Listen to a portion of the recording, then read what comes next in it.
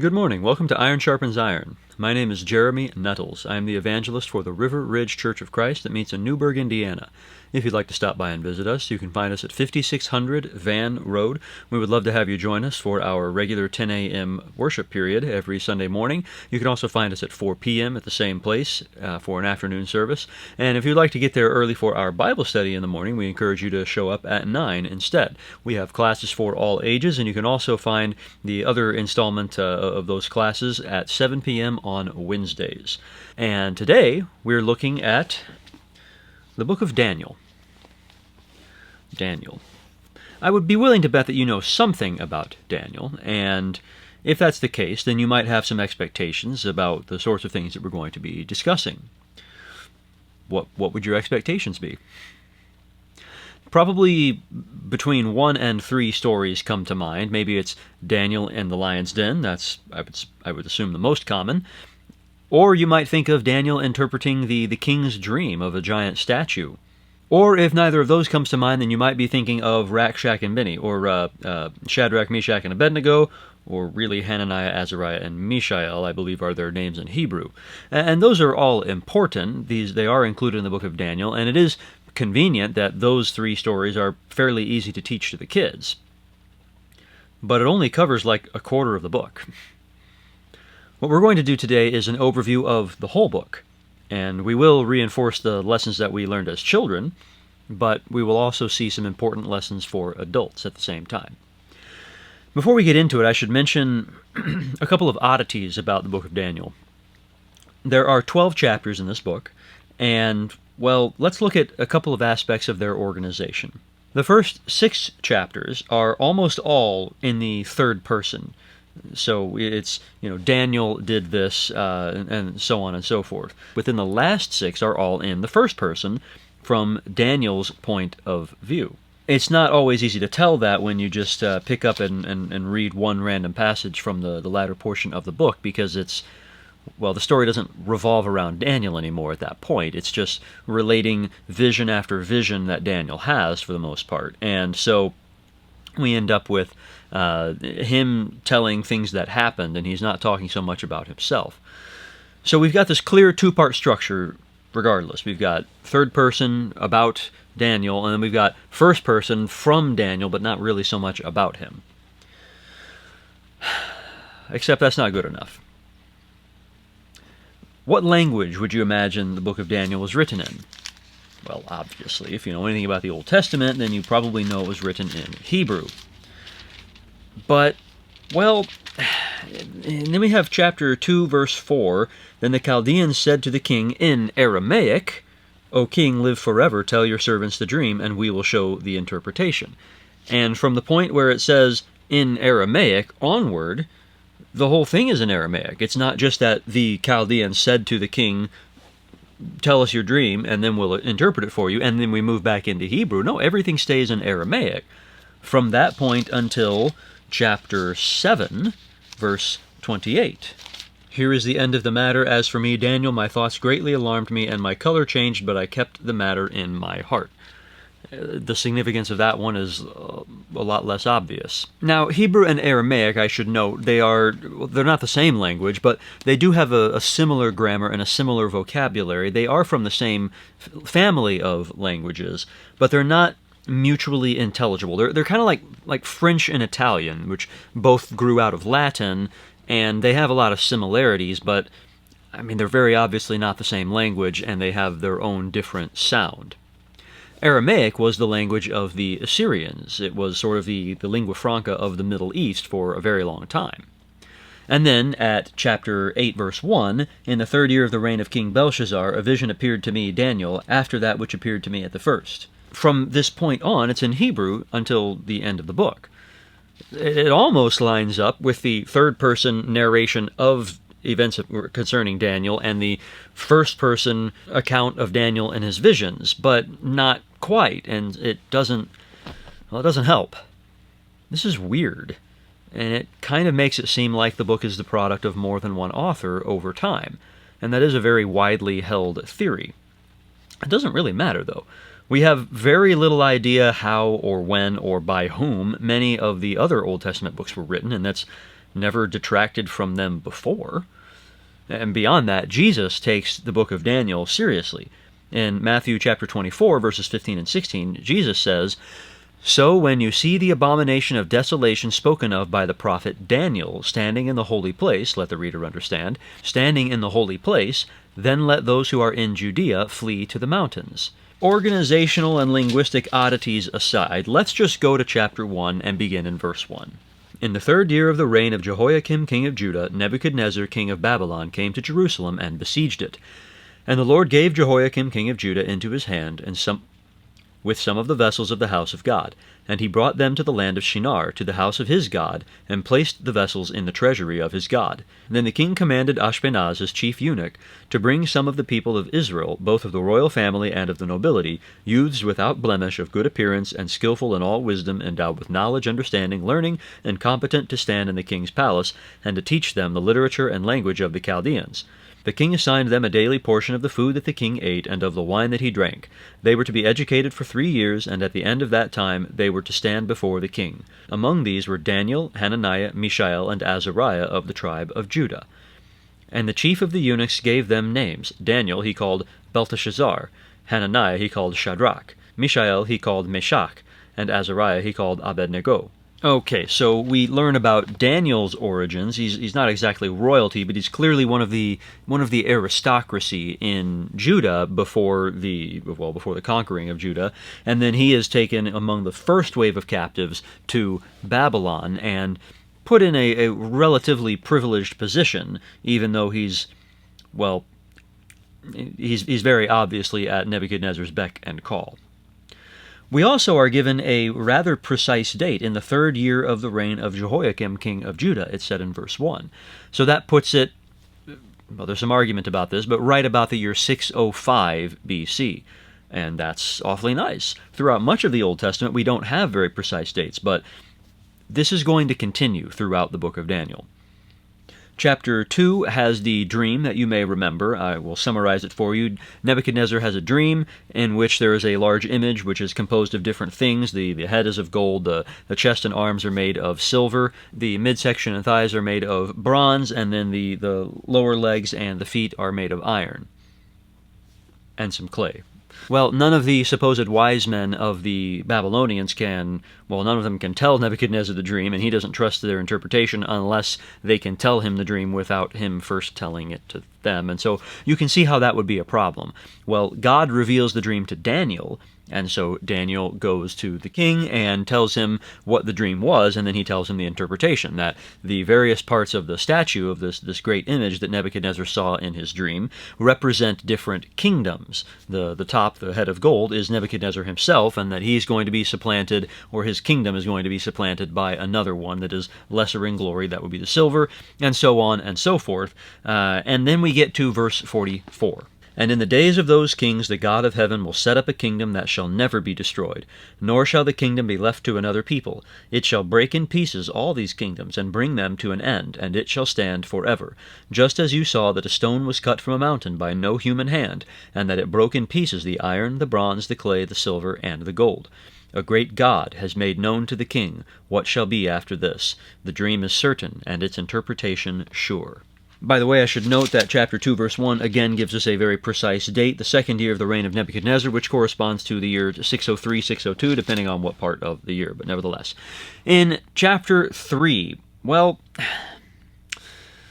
let's just read verse 1. "King Nebuchadnezzar made an image of gold, whose height was 60 cubits, and its breadth 6 cubits. He set it up on the plain of Dura in the province of Babylon." I don't particularly like where this is going. Jump forward to verse 4. "And the herald proclaimed aloud, You are commanded, O peoples, nations, and languages, that when you hear the sound of the horn, pipe, lyre, trigon, harp, bagpipe, and every kind of music, you are to fall down and worship the golden image that King Nebuchadnezzar has set up. And whoever does not fall down and worship shall immediately be cast into a burning fiery furnace." Well, this is no good, and I suppose it raises an interesting question. Where did Nebuchadnezzar get this idea? We're not given a date for when this portion of the story took place, but I mean, it follows closely on the heels to that dream that he had of a great image with a head of gold. So, well, you probably know how that one turns out, with Daniel's three friends refusing to worship the image and being thrown into the fiery furnace, and yet being protected by God. Chapter 4 has another far less well-known dream about a tree. It's not just any tree, it is a great tree, and then there is a decree from heaven to chop it down. The tree represents not Nebuchadnezzar's kingdom exactly, but Nebuchadnezzar himself. And the idea is that God raised him up, and God can chop him down if he wants. Chapter 5 moves on to a different king and a very different story. Let's begin in verse 1. King Belshazzar made a great feast for 1,000 of his lords, and drank wine in front of the 1,000. Belshazzar, when he tasted the wine, commanded that the vessels of gold and of silver that Nebuchadnezzar his father had taken out of the temple in Jerusalem be brought, that the king and his lords, his wives, and his concubines might drink from them. Then they brought in the golden vessels that had been taken out of the temple, the house of God in Jerusalem, and the king and his lords, his wives, and his concubines drank from them. They drank wine and praised the gods of gold and silver, bronze, iron, wood, and stone.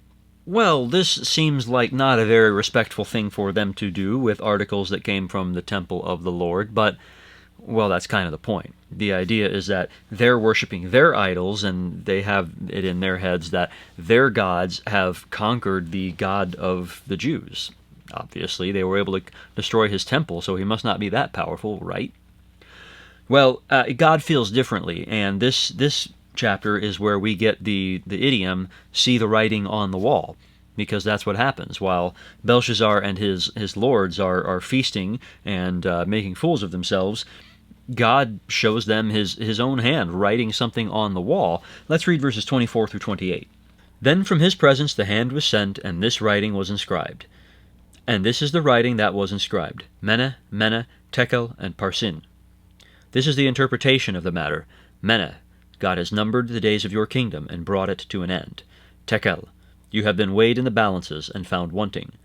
Perez, your kingdom is divided and given to the Medes and Persians. And so Belshazzar immediately repented and sought no, wait, that's not right. He kept partying until verse 30. That very night Belshazzar, the Chaldean king, was killed. Now, we do have a precise date from history of the end of Belshazzar's reign in the year 539, for what that's worth. But then there is some confusion over verse 31, just after the death of Belshazzar, and Darius the Mede received the kingdom, being about 62 years old. Okay, who's Darius the Mede? Well, the most obvious answer would be the Persian king Darius I. We just read in this prophecy to Belshazzar that his kingdom was going to be given to the Persians. But, well, Darius was not the first king of the Persians after Belshazzar. That honor goes to Cyrus the Great, who is mentioned, by the way, in chapter 6, verse 28. So this Daniel prospered during the reign of Darius and the reign of Cyrus the Persian. And Cyrus is the one who overthrew Babylon in the year 539. Darius I did not come to power in the Persian Empire until 522. So that's weird. It's also difficult to square with chapter 11 later in the book, verse 1, and as for me, in the first year of Darius the Mede, I stood up to confirm and strengthen him, which would again seem to make King Cyrus the prior king to Darius the Mede. But we just read in chapter 5, verse 31, that Darius the Mede received the kingdom, and no word of Cyrus yet. What's going on here? There are various theories that attempt to make sense of this. Let me give you what I think is the best one. We're dealing with a different Darius here. It's not Darius I, the later Persian king, but some subordinate of Cyrus who happened to also be named Darius, who was in charge of administrating the province of Babylon, which was a smallish portion of the overall Persian Empire. So, because he happens to be in charge in Daniel's immediate area, well, he's kind of the head man. So that would make sense with what we read at the end of chapter 5. Regardless, it's also worth noting that the Aramaic arrangement of Daniel makes chapter 5, verse 31, in our English Bibles, the beginning of chapter 6 in the Aramaic rendition. And when we read it that way, it's actually not a problem at all, because these are two separate stories, one in chapter 5, going up through verse 30, and one in chapter 6, beginning with, well, what we see as chapter 5, verse 31. They're actually separated by many years, as were chapters 4 and chapter 5 for that matter. So, well, that's no big surprise. At any rate, that brings us to chapter 6, the most iconic story in Daniel, Daniel and the Lion's Den. Let me refresh your memory. Daniel has been a useful and trusted advisor to, well, at this point, several rulers, and there are others who are not of the Jewish persuasion and heritage who are not at all happy that Daniel is so well placed, so prominent. And so they deliberately entrap him because they don't want him being put over them. And they figure this is a good way to get rid of him. You probably remember they mislead King Darius into making a silly law that says you're not allowed to make any petition, including prayer, to any man or any god for a period of 30 days except to Darius. Darius makes this a law, which doesn't say a whole lot about his wisdom in ruling, but nevertheless, of course it doesn't affect Daniel's attitude or his actions at all. He goes right along doing what he had been doing before and prays 3 times a day as if this law didn't exist, which is an oddly relevant lesson. Didn't think that I was going to be saying that, but anyhow, the law is followed. Daniel is thrown in the lion's den, but as he had done with Daniel's 3 friends in the fiery furnace, God protects Daniel from the lions, and, well, the next morning, Darius takes Daniel out and replaces him with the people who tried to get rid of Daniel. By the way, this story will be dated to, well, sometime during the reign of Darius I, who reigned from 522 BC to 486 BC. That's if this is Darius I and not some other official under King Cyrus. Anyway, you might be wondering by now, why does he keep giving us all these dates? Who cares? Well, I'm giving you the dates because of what comes next. Chapter 7, let's begin in verse 1. In the first year of Belshazzar, king of Babylon, Daniel saw a dream and visions of his head as he lay in his bed. Then he wrote down the dream and told the sum of the matter. Daniel declared, I saw in my vision by night, and behold, the 4 winds of heaven were stirring up the great sea, and 4 great beasts came up out of the sea, different from one another.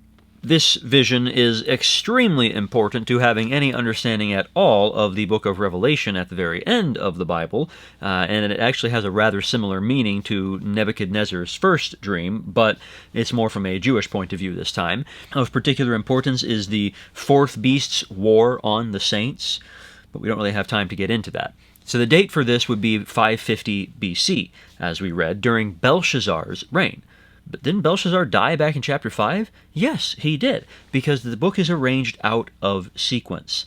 Remember, we've got part 1 in the third-person perspective, mostly about Daniel, and then part 2 from Daniel's perspective. But part 2 does not follow directly after part 1 chronologically. And as we have discussed between chapter 5 and chapter 6, it already looks like the timeline is a bit confusing even just in part 1. And I hope that that helps to make some sense out of the timing of these several visions. Otherwise, Daniel would be in some cases foretelling events that had already happened.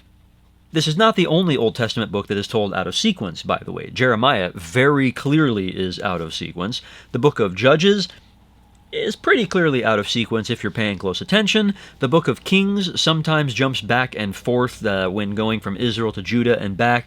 There are some oddities in Ezra, and the Psalms, of course, there is no timeline really there. Chapter 8, there's a vision here that gets very little recognition, and it should, because its interpretation specifically mentions the 2 world powers that would follow Babylon, the Medo-Persians and the Greeks.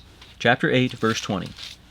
As for the ram that you saw with the 2 horns, these are the kings of Media and Persia, and the goat is the king of Greece, and the great horn between his eyes is the first king. As for the horn that was broken, in place of which 4 others arose, 4 kingdoms shall arise from his nation, but not with his power.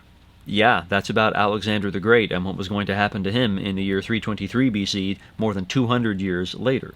Chapter 8 also includes an introduction to the angel Gabriel, who is the interpreter for Daniel's dreams, and he will show up again and be kind of important in the book of Luke in the New Testament. Chapter 9, verse 1.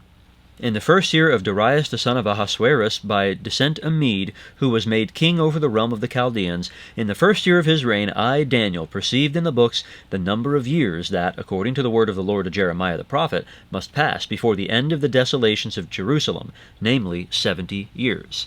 How did he discover this?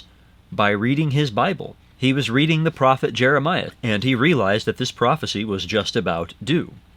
In response to the prayer that he makes to God over this, he is given a vision that means, well, something. It may be about events surrounding Israel during the intertestamental period, especially with regard to Antiochus IV of the Seleucid Empire. It may be about events leading up to and culminating in Christ. Both of these interpretations would have literal 490-year fulfillments. Or maybe it's entirely symbolic, in which case it still has to do with the Christ, but nevertheless, it would be intended to reflect the sort of cosmic war between God and Satan. Or it could be some combination thereof. That's my favorite interpretation. Usually with God's prophecies in the Old Testament, that's the way it goes. Regardless, the end is a bit less than satisfying. Chapter 9, verses 26 and 27. And after the 62 weeks an anointed one shall be cut off, and shall have nothing. And the people of the prince who is to come shall destroy the city and the sanctuary. Its end shall come with a flood, and to the end there shall be a war. Desolations are decreed. And he shall make a strong covenant with many for 1 week, and for half of the week he shall put an end to sacrifice and offering, and on the wing of abominations shall come one who makes desolate, until the decreed end is poured out on the desolator. If you didn't pick up on it, this is the abomination of desolation that Jesus was talking about in Matthew 24. Chapter 10 is mostly an introduction to what follows. Chapters 10 through 12 are continuous. There's a date given as the year 536 in chapter 10, verse 1, and then we get chapters 11 and 12. The language of the visions of these chapters is similar to Revelation again, and for some of it it's blatantly obvious what the visions mean, and for some it is utterly unclear. Let me give you a brief example. Chapter 11, verses 2 through 4. And now I will show you the truth. Behold, 3 more kings shall arise in Persia, and a 4th shall be far richer than all of them. And when he has become strong through his riches, he shall stir up all against the kingdom of Greece. Then a mighty king shall arise, who shall rule with great dominion, and do as he wills. And as soon as he has arisen, his kingdom shall be broken and divided toward the 4 winds of heaven, but not to his posterity, nor according to the authority with which he ruled, for his kingdom shall be plucked up, and go to others besides these. That's clear enough. That refers to the Persian kings Cambyses, Bardia, Darius I, and finally Xerxes, who invaded Greece, which was a dumb idea, and then Alexander, who rose up and created an empire over a very short period, and then that split into 4 at his premature death in the year 323. Now contrast that with chapter 12, beginning in verse 5. Then I, Daniel, looked, and behold, 2 others stood, one on this bank of the stream, and one on that bank of the stream. And someone said to the man clothed in linen, who was above the waters of the stream, How long shall it be till the end of these wonders? And I heard the man clothed in linen, who was above the waters of the stream. He raised his right hand and his left hand toward heaven, and swore by him who lives forever, that it would be for a time, times, and half a time, and that when the shattering of the power of the holy people comes to an end, all these things would be finished. I heard, but I did not understand. Then I said, O my Lord, what shall be the outcome of these things? He said, Go your way, Daniel, for the words are shut up and sealed until the time of the end. Many shall purify themselves and make themselves white and be refined, but the wicked shall act wickedly, and none of the wicked shall understand, but those who are wise shall understand. And from the time that the regular burnt offering is taken away, and the abomination that makes desolate is set up, there shall be 1,290 days. Blessed is he who waits and arrives at the 1,335 days. But go your way till the end, and you shall rest and shall stand in your allotted place at the end of the days. Even Daniel doesn't understand much of this. And that's how the book ends. There's a sort of vague call to hang on until something. So what do we get from Daniel? Well, Daniel himself as an individual is a great example for us to follow, an example of faith and obedience. He refused to go against his conscience. He refused to go against the Jewish dietary code. He wouldn't stop praying to God even when he was commanded with the power of the state and the arm of violence extended toward him, which is becoming more and more relevant by the day. He was willing to relay even difficult messages to multiple ruthless kings with no fear, and he prayed fervently on behalf of his people. Daniel's a great example, but we also learn other things, like about God's sovereignty. We see A reminder that, well, the Jews certainly needed because they were under the thumb of a pagan nation at that time. And we still need that today. We see God's control over geopolitical events. We see his foreknowledge of otherwise unpredictable developments. We see that God has the power to stop the most powerful man in the world. Remember, he tried to kill Shadrach, Meshach, and Abednego. God didn't want it to happen, so it didn't. And he had the power to remove a king at will, giving only hours of notice. He shows power over nature, like, for example, lions, and he also shows his love because he wields all that great power to the benefit of those who seek him and who trust him and who follow him. Daniel and his friends were protected from repeated mortal threats, and they were given places of privilege in a society that hated their race. Israel was protected throughout the period of their exile to eventually be sent home in order to do more great things, eventually to bring the Son of God into the world. Generally, obeying God works out for the best, in the here and now even. And if not, as Daniel and his friends firmly believed, it's still better to obey God and suffer for it than to disobey God. Remember these lessons and put your trust in God's plan. He has it all figured out, often in great detail, well ahead of time. He takes care of his own throughout the most dangerous situations, and he brings events to pass for the glory and benefit of himself and of his people. Trust him enough to obey him, even when it looks like it's a stupid thing to do. Come on, guys, just eat the food. It's not forever, and you're going to get in trouble if you don't. And they answered, no. Oh, you don't have to actually believe it's a god. Just bow down and play along. Don't make waves. No. It's only a month. Surely you can live without praying for that long, or at least try to hide it. No. Don't compromise. Don't play along with this. Don't do or say what will save your neck but endanger your soul. Many powerful people will get in our way and conspire to tear us down to their level or to do us harm just out of spite. Daniel had good success in remaining faithful through his association with his people and specifically his 3 friends. Not only is that helpful today as well, but God actually commands it.